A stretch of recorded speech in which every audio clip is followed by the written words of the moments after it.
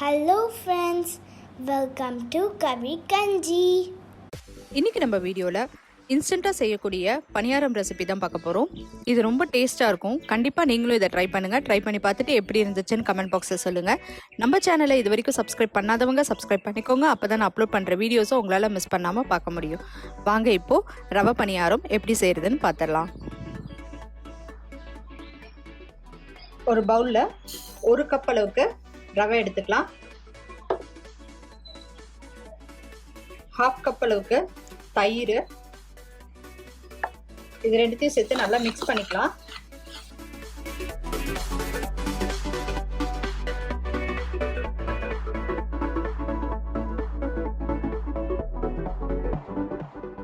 இதுல ஒரு 1/2 கப் அளவுக்கு தண்ணி சேர்த்துடலாம்.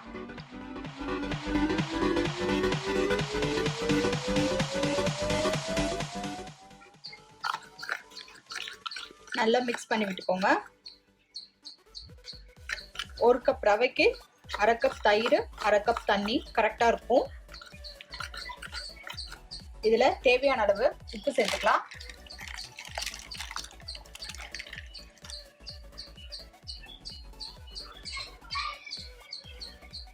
நல்லா மிக்ஸ் பண்ணிக்கலாம்.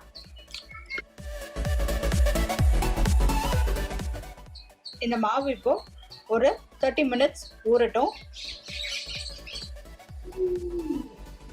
ஒரு பேன்ல கொஞ்சமா எண்ணெய் விட்டுக்கலாம். கடுகு, உளுத்தம் பருப்பு கொஞ்சம்,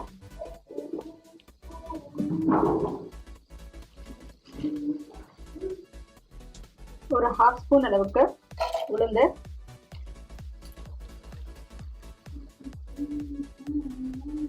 ½ ஸ்பூன் அளவுக்கு கடலைப்பருப்பு,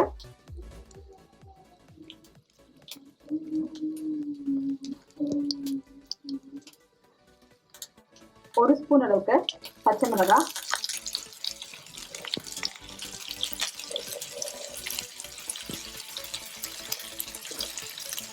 இஞ்சி கொஞ்சம், பொடியா நறுக்கின வெங்காயம் 1,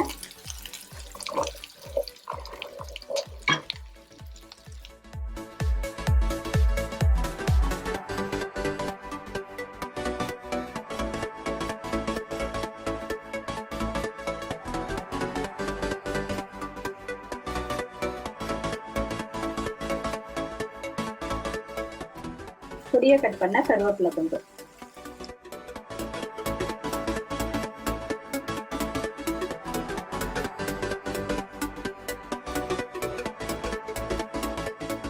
கொஞ்சமா உப்பு. இது எல்லாத்தையும் நல்லா வதக்கிடலாம்.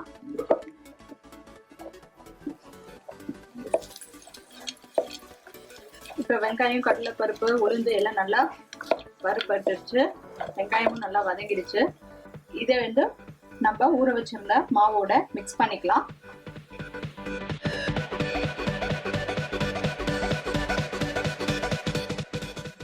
ஒரு 3 ஸ்பூன் அளவுக்கு துருவின கேரட் சேர்த்துக்கலாம். உங்ககிட்ட என்ன வெஜிடபிள்ஸ் இருந்தாலும் ஆட் பண்ணிக்கலாம். பீட்ரூட், கேபேஜ் எது வேணாலும் ஆட் பண்ணிக்கலாம். கொஞ்சம் கொத்தமல்லி சேர்த்து நல்லா மிக்ஸ் பண்ணிக்கலாம். இதோட கன்சிஸ்டன்சி பார்த்தீங்கன்னா நமக்கு இட்லி மாவு பதத்துக்கு இருக்கணும்.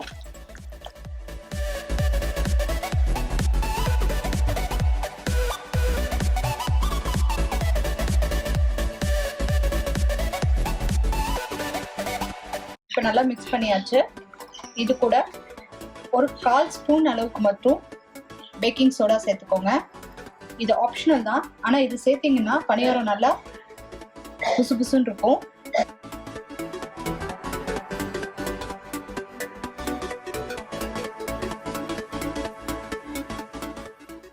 பேக்கிங் சோடா சேர்க்கறதுனால நமக்கு பணியாரம் நல்லா சாஃப்டா இருக்கும், உள்ள நல்லா ஸ்பாஞ்சியா கிடைக்கும். பாருங்க, இந்த ஸ்டேஜ்ல இருக்கணும். இதை இப்ப பணியாரம் ஊத்திடலாம். ஒவ்வொரு குழிலையும் எண்ணெய் இல்லைன்னா நெய் விட்டுக்கோங்க.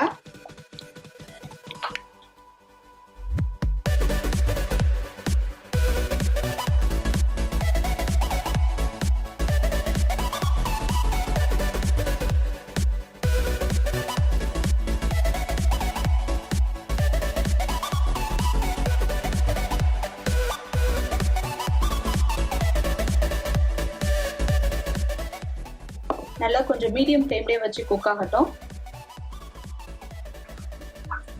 இப்போ பார்த்தீங்கன்னா பணியாரத்துக்கு மேலே இருந்த ஈரப்பதம்லாம் போயிடுச்சு. ஸோ இந்த ஸ்டேஜில் நம்ம அப்படியே திருப்பி விட்டுடலாம்.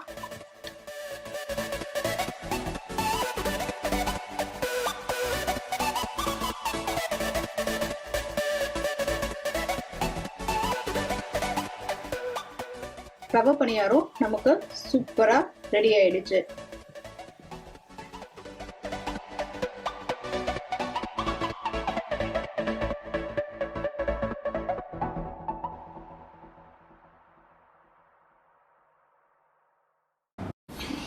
தேங்க்ஸ் ஃபார் வாட்சிங் திஸ் வீடியோ. உங்களுக்கு இந்த வீடியோ பிடிச்சிருந்துச்சுன்னா லைக் பண்ணுங்கள், ஷேர் பண்ணுங்கள், கமெண்ட் பண்ணுங்கள்.